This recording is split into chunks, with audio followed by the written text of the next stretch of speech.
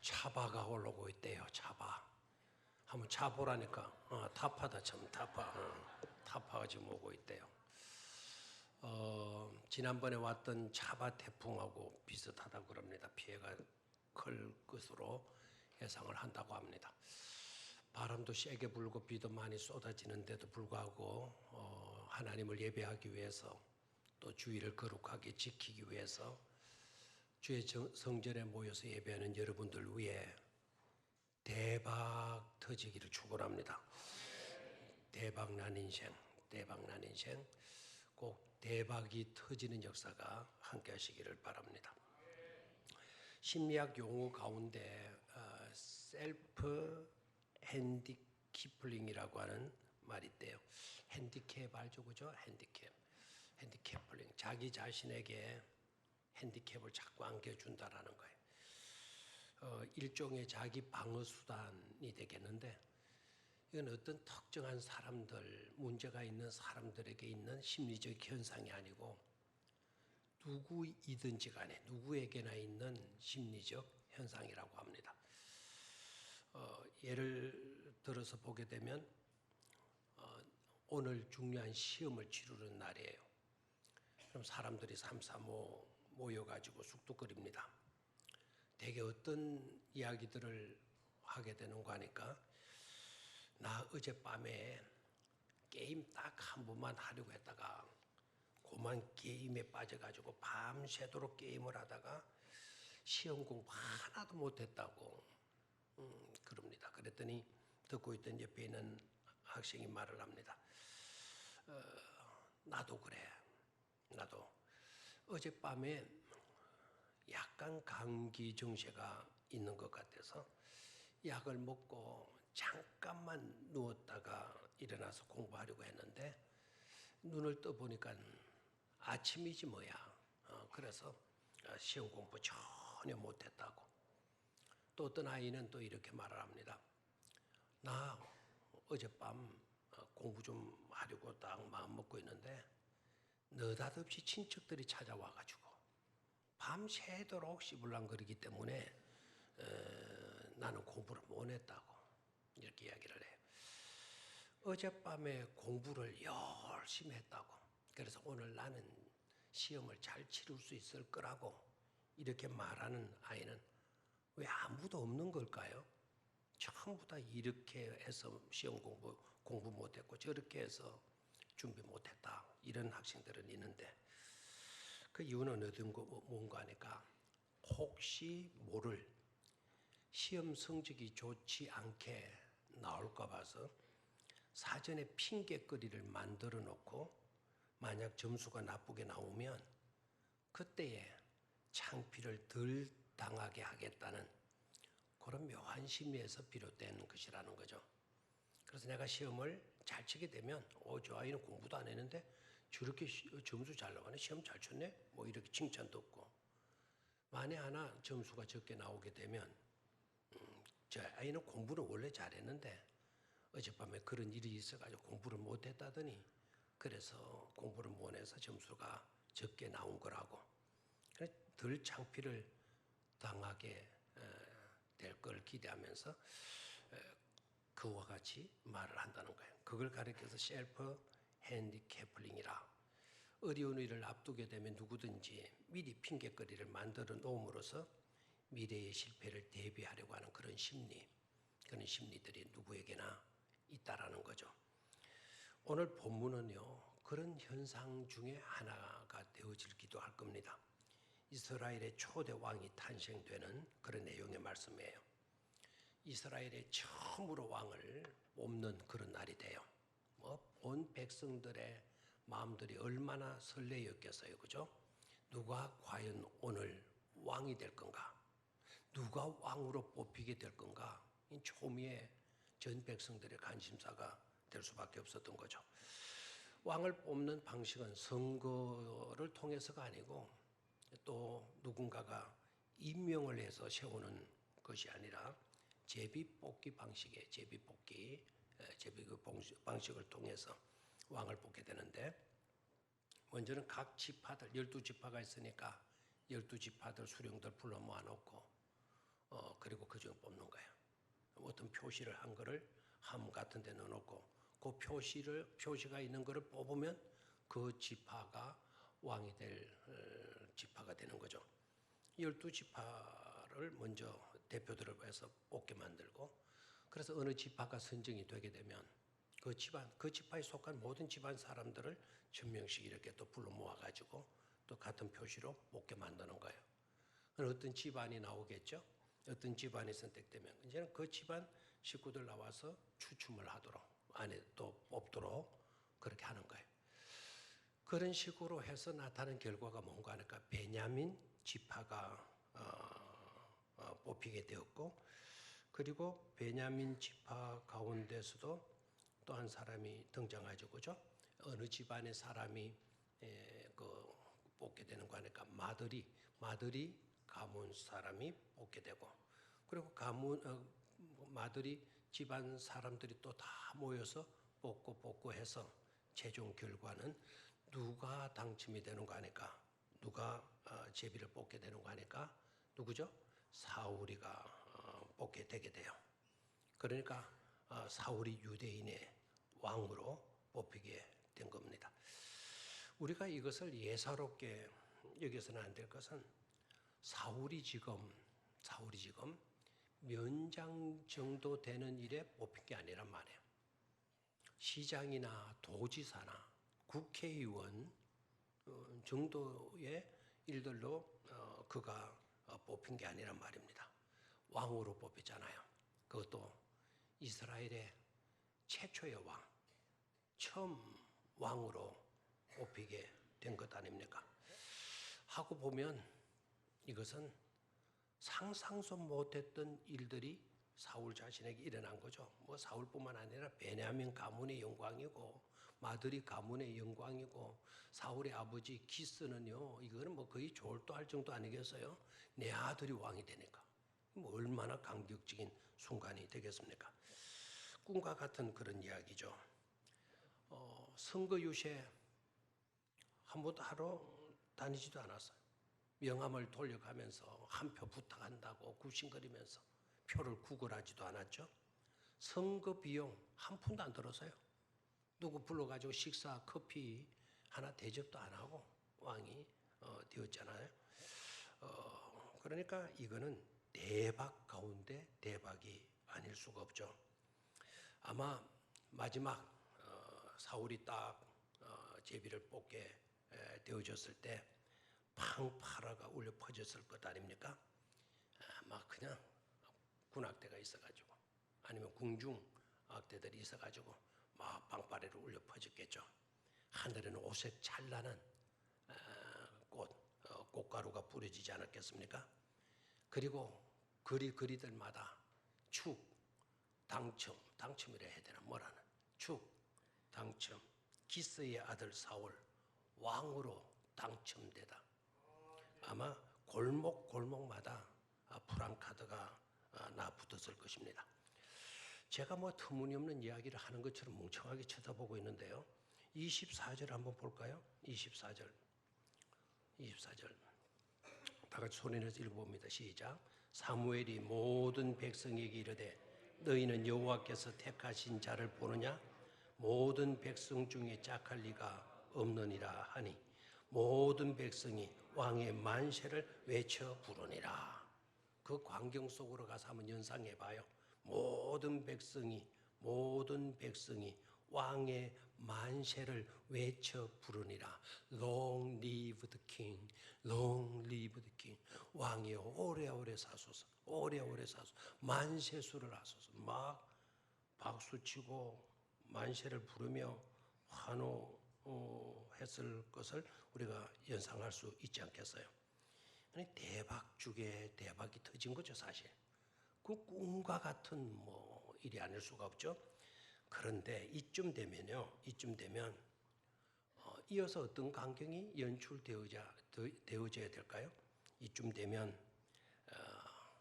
사울이가 등장해야 되잖아요. 사울이가 백성들 앞에 나와야 되잖아요. 그 나오는 모습도 한번 생각해봐요. 막 부끄러워서 막 익하고 나오겠습니까? 아마 기세등등하게 나오면서 아마 V자를 탁 찌든지 아니면 막 여러분들이 최고라고 막 손가락 엄지손가락을 치게 되든지 아니면 우리 뭐 장관들이나 대통령이 뭐 외국 순방 갈 때 비행기 떠나기 전에 뭐 나오죠 종종 그 비행기 출입 올라가 가지고 비행기 안으로 들어가기 전에 뒤로 탁 돌아서 백성들 앞에 손을 뭐 이 정도겠습니까? 이 정도 막 손을 흔들면서 당선 소감을 발표해야 되지 않겠어요? 뭐 여기저기에서 기자들이 몰려와서 녹음기 갖다 대고 마이크 갖다 대고 한 말씀 하십시오. 기자들이 수척 끄집어가지고 사울의 입에서 무슨 말이 떨어지나 그 떨어지는 기록하려고 수첩 연필 다 지고 막 따르겠죠. 당선 소감을 한마디라도 발표해야 될 것 같아요. 적어도 저는 아무것도 아닌데 제가 지금 꿈꾸는 것 같습니다. 제가 이렇게 된 것은 순전히 하나에서 끝까지 가다 하나님의 은혜였다고. 하나님의 은혜도 이렇게 한마디는 해야 될 것 같은데 그런데 어찌 된 겁니까? 사울이가 당첨되었다. 사울이가 이제 우리의 왕이다 라고 이제 외치는데 사울이가 안 보이는 겁니다. 나타나지를 않는 겁니다. 사람들이 의아해하면서 사울이 어디 갔냐고. 사울 찾아보라고. 사울 어디 갔냐고. 사울 뭐 찾고 찾아도 정작 왕으로 뽑힌 사울은 안 보이는 겁니다. 아무리 찾고 찾아도 안 보이게 되니까 마지막 수단으로 그들이 취한 방법은 하나님께 물어보는 거다. 그래서 하나님께 기도하죠. 하나님께 기도해요. 하나님도 참 답답한 게 여기시면서 야 그런 것까지 나한테 묻냐? 너네들 이렇게 왕 뽑으면서 그런 것까지 나한테 물어? 뭐 이러시고 뭐 응답도 대답도 안 해 주실 만도 한데 백성들이 사울 어디 있습니까? 사울 좀 찾아주세요. 사울이 걸렸는데 지금 왕으로 이렇게 추첨이 되어졌는데 어디 있는지 우리가 알 수가 없다고 그렇게 하나님께 기도하니까 22절 한번 볼까요? 22절 시작. 그러므로 그들이 또 여호와께 묻되 그 사람이 여기 왔나이까? 여호와께서 대답하시되 그가 진보다리들 사이에 숨었느니라 하셨더라. 또이라는 말이 나와요. 또 묻되 하나님께 또 묻되 또 물었다. 또 여호와께 묻되 계속 기도하고 이 사람 저 사람에게 물어보고 또 하나님께 나아가서 물어봤다라는 거예요. 물어보니까 하나님께서 뭐라고 그래요? 그가 진 보따리들 사이에 숨었느니라. He has hidden himself among the baggage. baggage라는 말은 그 공항에서 붙이는 짐이 수화물이 얼마입니까? 가방이 2개입니까? 1개입니까? 그 빼개지 주로 물어요. 그런데 그런 짐꾸러기 사이에 사울이가 숨어 있었다는 거예요. 대박이 그런 엄청난 대박이 터졌는데 아니 수화물 사람들이 가지고 온 여행 보따리 그 보따리 뒤에 갔다가 숨어 있다니 이게 말이라도 되는 겁니까? 이유가 뭘까요? 왜 사울이 그렇게 숨어 있는 것일까요? 몇 가지 우리가 짐작해도 되겠죠. 또 신학 주석가들도 그런 식으로 주석을 해요. 사울이가 처음에는 겸손한 사람이어서 그랬다. 겸손한 사람이어서 그랬다. 그렇게 주석을 해요. 겸손해서 그랬다. 그럴 수도 있겠죠. 또 두 번째는 사울이가 워낙 수줍음을 많이 타는 사람이다. 남 앞에 서면 오금을 못 펴는 그런 수줍음을 많이 타는 그런 사람이었기 때문이다. 우리들 가운데도 사람들 가운데도 그런 사람이 있잖아요. 유난히 수줍음을 많이 타는 그런 사람도 있잖아요. 겸손해서 그렇다. 수줍음이 많아서 그랬다. 또 이렇게도 볼 수가 있겠죠. 갑작스럽게 이루어진 일이라. 꿈이라도 꿨겠어요. 꿈이라도. 베냐민 지파 중에서도 아마 꿈은 베냐민 지파는 가장 약한 지파예요. 가장 힘이 없는 지파예요.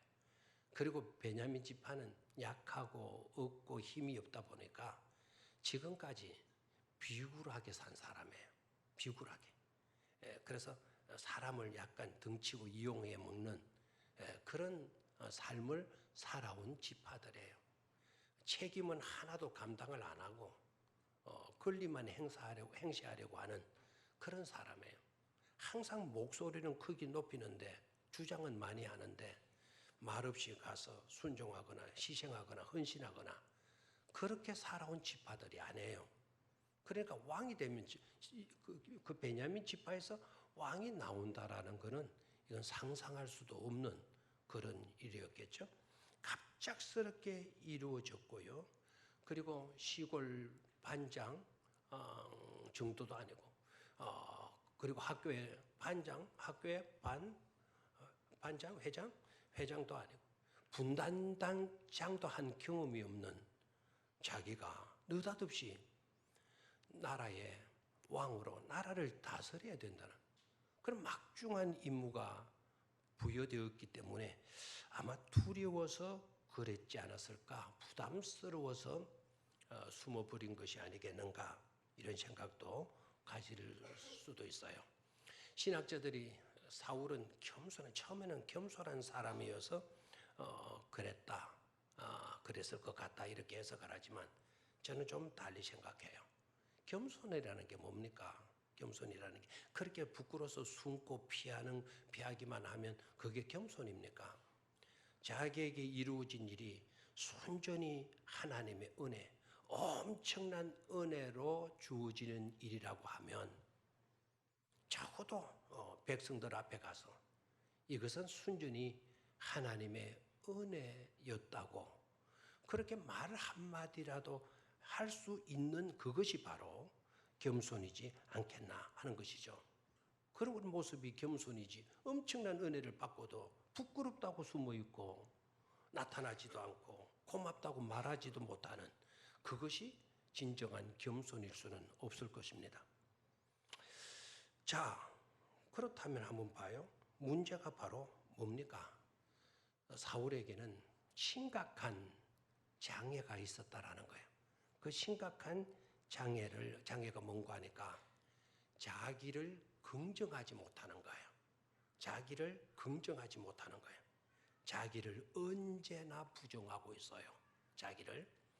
자기에게 장점이 하나도 없어가지고 자기를 부정하는 일이라 그러면 그건 병이 아니에요. 자기에게 엄청난 장점들이 있음에도 불구하고 자기를 부정한다. 철저하게 자기를 부정하는 인식 속에 사로잡히고 있다고 한다면 이건 심각한 장애가 아닐 수가 없는 것이죠. 사울에게 여러분 단점이 많았어요? 장점이 많았어요? 라고 물으면 되게 정확한 대답을 해요. 처음에 사울은 단점보다도 장점이 훨씬 많은 사람이다. 이렇게 대답을 해요. 맞는 이야기예요. 성경에도 그렇게 소개되고 있죠. 그는 먼저 출중한 외모를 갖고 있어요. 남들보다 뛰어난, 어뜸적으로 확 드러나는 외모를 갖고 그 사울이 타난 사람들이 전부 다 와! 이렇게 나오죠. 알랑돌롱이다. 알랑돌롱이다. 요새 누가 미남인지 모르겠는데 홍준표인가 누군가 뭐이죠? 얼마 전에 왜 히트쳤던 드라마가 있죠.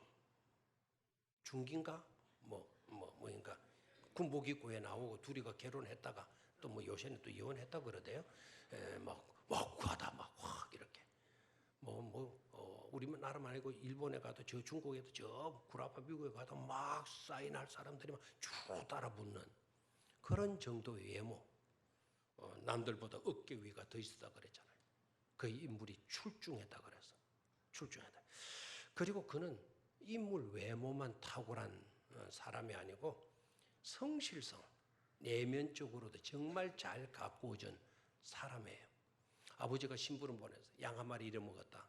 네가 한번 찾아볼래? 딱 그 말 한번 했는데 이 사울이가 맨날 며칠 돌아다니며 그 양을 찾아요. 농땡이 치자고. 그래서 끝내 그 양을 찾아내요. 그는 성실성을 가진 사람이죠. 그리고 부모에게 효도한 사람이에요. 부모 말에 한마디 핑계나 토를 달지 않고 부모 말을 따라요. 효심이 아주 지극했어요. 사무엘 선지자와의 관계에서도 사무엘 선지자와의 관계에서 선지자를 깍듯이 애호합니다. 선지자를 배려하고 선지자를 높여줘요. 선지자를 대하는 자세도 아주 좋아요. 그 정도가 아닙니다. 사울 이때 보게 되면 주의 영에 사로잡힌 사람으로 등장하고 있어, 나타나고 있어요. 성령으로도 충만한, 성령의 지배를 받고 성령의 감동을 받는 그런 인물이고 있었다는 거죠. 자, 그런 좋은 점이 엄청나게 있는데도 불구하고 그가 짐꾸러기 뒤에, 짐 보따리 뒤에 숨어 있다. 왜 그랬을까? 이유가 뭘까라는 거죠. 결정적인 문제가 바로 그거죠. 자기를 긍정하지 못해요. 자기를 언제나 부정적인 시각으로 보고 자기를 부정하고 있어요. 그가 부정하게 된 결정적인 이유는 바로 원인은 뭔가 하니까 나는 출신이 좋지 않다. 나는 베냐민 지파 출신이다. 형편없는 베냐민 지파에 속했다라고 하는 그것이 온갖 모든 것들이 꽁꽁 묶여져 버린 거예요. 지금 베냐민 지파가 아니에요. 옛날 베냐민 지파. 야곱도 죽을 때 12아들들 불러놓고 축복기도 해줄 때 베냐민은 사자 1이다 1이. 물어뜯는 1이다 라고 축복기도 해줘. 실제적으로 베냐민 지파들이 그런 식으로 살았어. 덩쳐먹고 간 빼먹는, 덩쳐먹고 간 빼먹고 이런 둘 다 빼먹는 밖에 안 되는데 덩치고 뭐 하는 거, 간 빼먹는 정말 비굴한 그런 삶을 조상들이 살았더랬어요. 조상들이 그랬다는 거예요. 지금 자기가 그런 것이 아니에요. 그런데도 불구하고 베냐민 지파라고 하는 어두운 과거에 꽁꽁 묶여진 나머지 모든 것을 그렇게 보고 그런 쪽으로 해석을 하고 그런 쪽으로 듣는 거예요. 세상이 보내는 전파에다가 주파수를 고정해 놓고 그들의 소리만 듣고 그들의 소리에 집착하게 되는 거죠. 베냐민 출신으로 뭘 하겠다고 그러느냐. 차라리 밥을 팔아서 죽을 사 먹는 게 낫지. 뭐 네가 배운 게 있냐? 네가 가진 게 있냐? 베냐민 지파 후손이 주제에 뭘 한다고 그러느냐? 뭐 이런 소리. 실제적으로 그렇게 말하는 사람이 있었어요. 이때도 있었어요. 그 구절을 한번 보죠. 27절을 보죠. 27절 시작. 어떤 불량배는 이르되 이 사람이 어떻게 우리를 구원하겠느냐 하고 멸시하며 예물을 바치지 아니하였으나 그는 잠잠하였더라. 이때 당시도 아니 니까짓 게 우리를 뭐 다스린다고? 말도 안 되는 소리 한다고. 네가 우리를 구원한다고? 까불고 있네. 뭐 이런 식이죠. 멸시했다라는 거예요. 그리고 그때 당시에는 왕이 되고 하면 온 백성들이 또 예물을 축하 선물을 좀 보내고 하는 그런 풍습들이 있었던 모양인데 그런데 이 사람들은 예물도 바치지 아니했다라는 거예요. 못마땅하다는 거예요. 너는 왕이 될 수 없다라는 거죠. 자, 이런 소리만 계속 듣게 되는 거죠. 그런 소리만. 오늘 대박이 터진 날인데도 불구하고 지금 이 순간은 대박 터져서 이제는 왕이 돼. 누가 뭐라 그러든지 자신은 왕이 된 거예요. 그럼에도 불구하고 세상의 소리에 안테나를 맞춰놨기 때문에 세상 소리만 듣는 거예요. 그 불량배들의 그 날카로운 그 어떤 비평의 말, 비방의 말들을 듣고 거기에 집착하는 거예요. 그러니까 등장하지 못하고 나타나지 못하고 부끄러워 짐꾸러기 뒤에 숨을 수밖에 없었다라는 겁니다. 그렇다면 어떻게 하여야 하나? 지금 이 엄청난 축복된 날에 대박 터진 날에 그러면 어떻게 해야 되나? 가장 시급한 과제는 그에게 있어서 뭘까? 그에게 있어서 가장 시급한 문제는 자존감을 회복하는 것이겠죠. 자존감. 이 자존감은 그러면 어떻게 회복될 수가 있나? 사이클을 조정해야 돼요. 채널을 돌려놓아야 돼요. 마귀에게 맞춰진 채널, 세상에 맞춰져 있는 채널, 세상 사람들의 소리, 비방의 소리에 맞춰져 있는 그 주파수, 그 안테나의 방향을 돌려놓아야 돼요. 누구에게로 돌려놓아야 될까요? 하나님께로. 하나님께로 채널을 돌려서 고정해 놓아야 돼요. 사이클을 돌려. 그래야 하나님께서 끊임없이 우리를 향하여 보내시고 계시는 그 방송, 그 전파를 듣고 받아들일 수가 있게 되는 것이죠. 하나님께서 지금도 이 순간도 계속 우리를 향하여 내보내시는 방송, 전파의 내용이 뭘까요? 저는 이것이라고 생각을 해요. 나는 너를 사랑한단다. 나는 너를 사랑한다. 하나님께서 계속 우리를 향하여 내보내시는 방송 내용은 나는 너희들을 사랑한단다. 내가 너희를 얼마나 사랑한 줄 아느냐? 내가 너희를 사랑하여서 독생자 예수까지 너희를 위해서 내놓아 주었단다. 그래서 그를 믿기만 하면 다 용서받고 구원받을 수 있게 해 놓았단다. 그런 내용일 줄로 믿습니다. 나는 너를 돌보아주고 너를 붙들어 줄 것이다. 너는 소중하고 너는 고귀한 자다. 너는 특별하단다. 예수 믿는 너는 나의 자녀지. 너를 용서했고 너는 이미 하나님의 나라, 나의 나라의 시민인 거야. 하나님께서 계속 우리에게 방송해 주시는 방송의 내용은 바로 그런 내용들에 안테나를 거기에 고정시키는 거예요. 채널을 거기에 맞추는 거예요. 사이클을 거기에 돌려놓는 거예요. 그리고 그런 방송을 우리가 수신해서 듣게 되어질 때 비로소 우리의 자존감은 회복되게 될 줄로 믿습니다. 자만심과 자만심과 거룩한 자존감은 구별하셔야 돼요. 자만심은 자기 스스로가 잘났다고 하는 거예요. 내가 최고다라고 이렇게 주장하는 거예요.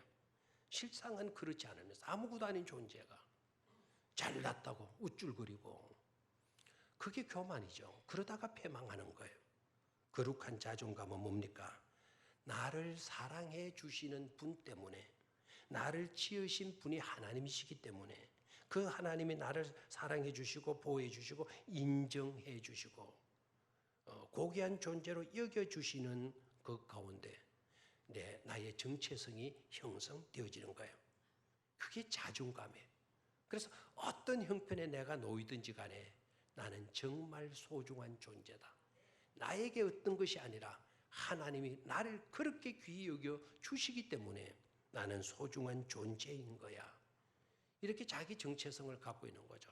그게 바로 자존감이에요. 그런 자존감을 회복하려고 하면 방법은 하나입니다.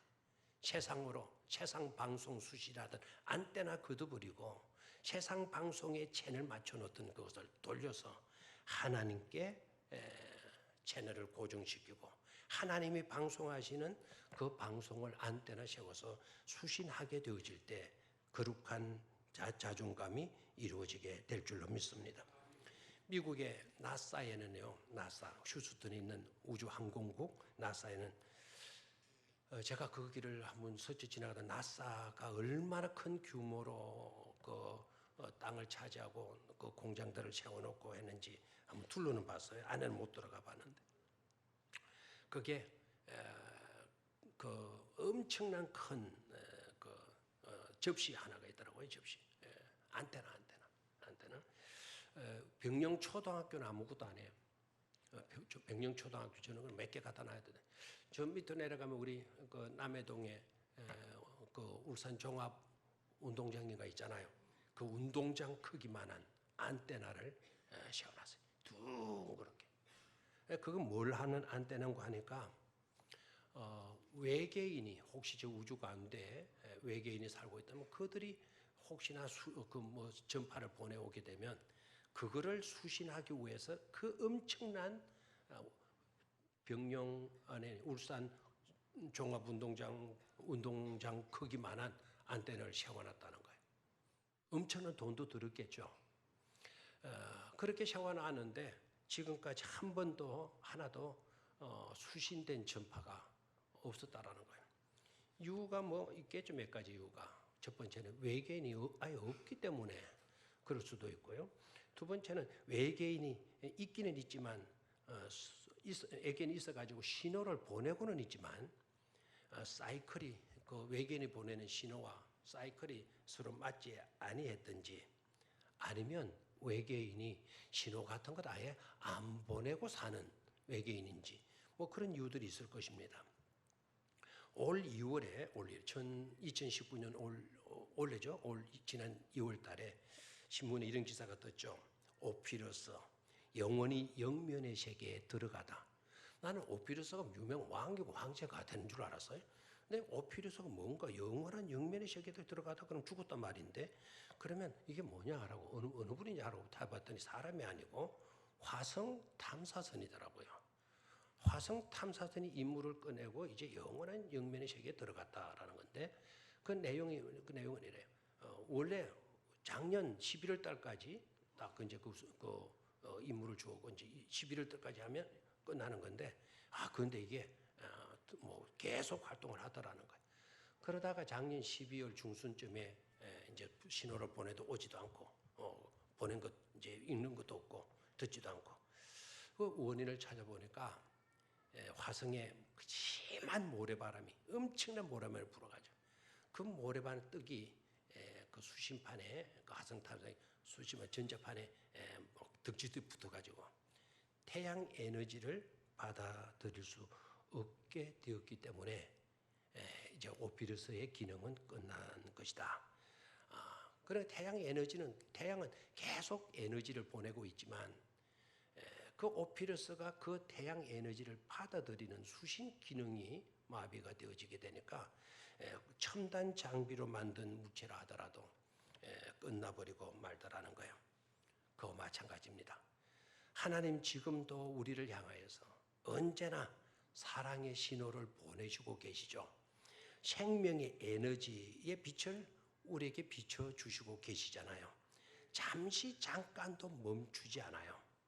그 신호와 에너지를 저와 여러분들이 제대로 수신하기만 하면 살게 된다라는 말입니다. 자존감이 회복되고 만다라는 거예요. 그렇게 될 때 기뻐하게 되고 감격하게 될 수밖에 없다라는 겁니다. 대박 인생이 되는 것이죠. 수신기를 하나님께 돌려놓으실 수 있게 되기를 축원합니다. 사이클을 하나님께 맞춰 두시기를 축원합니다. 마지막 세 번째로는 거룩한 부담감을 환영하라라는 거예요. 거룩한 부담감을 환영하라. 적절한 불편함, 그 불편함이 나에게 조금은 아픔이 될 수가 있고 부담감이 될 수도 있겠는데 그것을 환영해라. 야, 너 잘 왔다. 어서 오너라라고 환영할 수 있어야 된다는 거죠. 완벽한 어떤 것보다는 적절한 불편, 적절한 부족함 있는 것이 훨씬 더 큰 은혜가 되고 감격이 되어질 수가 있다. 왜냐하면 그것 때문에 더 큰 은혜로 나아갈 수 있는 촉매제가 되기 때문이다라는 겁니다. 삶의 적절한 불편은 하나님께 나아가게 하는 길이 되고 하나님의 사랑과 능력의 손길을 체험하면서 살아가도록 하는 수단이 되기 때문인 것입니다. 모세에게 있어서 핸디캡은 여러분 누가 뭐라 그래도 모세에게 있어서 핸디캡은 말 못하는 것이겠죠. 뜨듬뜨듬하는 것. 그렇죠. 말뜨듬. 그런데도 하나님께서 모세를 부르실 때 모세가 자원해서 손들었다 하더라도 너는 안 돼. 너는 말을 잘 못하잖아. 말을 더듬고 그래서는 안 되지. 이렇게 하셨습니까? 너는 말을 잘못하는 사람이니까 안 되겠다. 이렇게 하시지 않고 오히려 모세 자신이 나는 핸디캡이 있습니다. 나는 말을 못합니다. 바로 앞에 가면 사람들 앞에 힘 있는 사람한테 가면 주눅 끌려가지고 더 말을 못합니다. 울왕이요. 이래가지고 뭐가 되겠습니까? 저는 부족합니다. 그러니까 하나님이 모세의 말에 신경 안 써요. 하나님은 모세의 그 핸디캡으로 삼지 않으신 거죠. 문제로 삼지 않으셨어요. 하나도 그게 하나님은 의식하는 바가 없어요. 괜히 모세 자신만 나 이런 약점이 있어요. 약점 이것 때문에 안 될 거예요.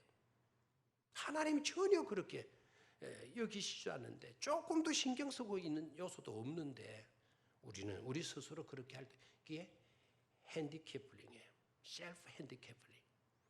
사도 바울은 어떻습니까? 사도 바울은 얼마나 그가 거듭나기 전에 예수님을 핍박했고 예수님 믿는 사람들을 핍박하고 죽였고 했던 사람입니까? 그냥 불에 태워 주기도 하고 구덩이 파가지고 가다 묻어버리기도 하고 가죽을 벗기기도 하고 예수 믿는다고. 그의 과거는 누가 뭐라 해도 부정적인 사람이에요. 그런 사람이 하나님의 사람으로 일한다라는 거 상상할 수도 없는 겁니다. 그런데도 부활하신 주님은 사울을 부르시잖아요. 사울아, 사울아. 누구십니까? 나는 네가 핍박하는 예수다. 너 이놈 혼나봐라. 이게 아니잖아요. 오히려 네 지난날의 그 허물 때문에 네가 도무지 내가 쓸 수 없는 사람으로 여기는 것이 아니라 네 지난날의 그 허물 때문에 도무지 안 되겠다고 너는 생각할는지 모르지만 나는 네가 필요해. 나는 너를 쓰겠어. 하나님은 그렇게 하시지 않았습니까? 허물 때문에 네 지난날에 그만큼 네가 못된 일을 하고 네 과거를 바라고 막 이렇게 해서 야단치면서 외면하고 그러시지 않았지 않습니까? 오히려 하나님은 그와 같은 불편한 요소들을 통해서 하나님의 놀라운 역사를 이루어 가시려고 하셨던 거죠. 오늘 여러분 사울에게 있는 그 보따리, 진 보따리, 사울을 숨게 만들었던 그 대박 터진 날인데도 불구하고 숨게 만들어버렸던 그 진 보따리 여러분들에게는 없습니까? 여러분들을 그 보따리 뒤로 숨게 만드는 그와 같은 것들은 없습니까? 있다면 어떤 것들입니까? 짐 보따리들 사이에 숨게 만들 수밖에 없는 그런 짐들이 있습니까? 그것이 무엇입니까? 그런 짐들이 분명히 있다 할지라도 그러나 분명히 하시기를 바랍니다. 우리를 숨게 만드는 짐 보따리가 우리들에게 있다 할지라도 하나님은 여전히 우리를 사랑하신다는 사실입니다. 우리를 들어 쓰신다는 사실을 잊지 말아야 할 것입니다. 우리를 위해 놀라운 계획을 가지고 계실 뿐만 아니라 그 계획대로 이행해 가셔서 결국에 가서는 우리가 대박을 터뜨릴 수 있게 만들어 주신다는 사실을 절대로 잊지 말아야 될 줄로 믿습니다. 그래서 대박 인생 되게 하심을 믿고 나는 대박 인생이 될 수가 있어 확신하면서 믿음으로 나아가는 축복된 성도들이 다 되시기를 주의 이름으로 축원합니다.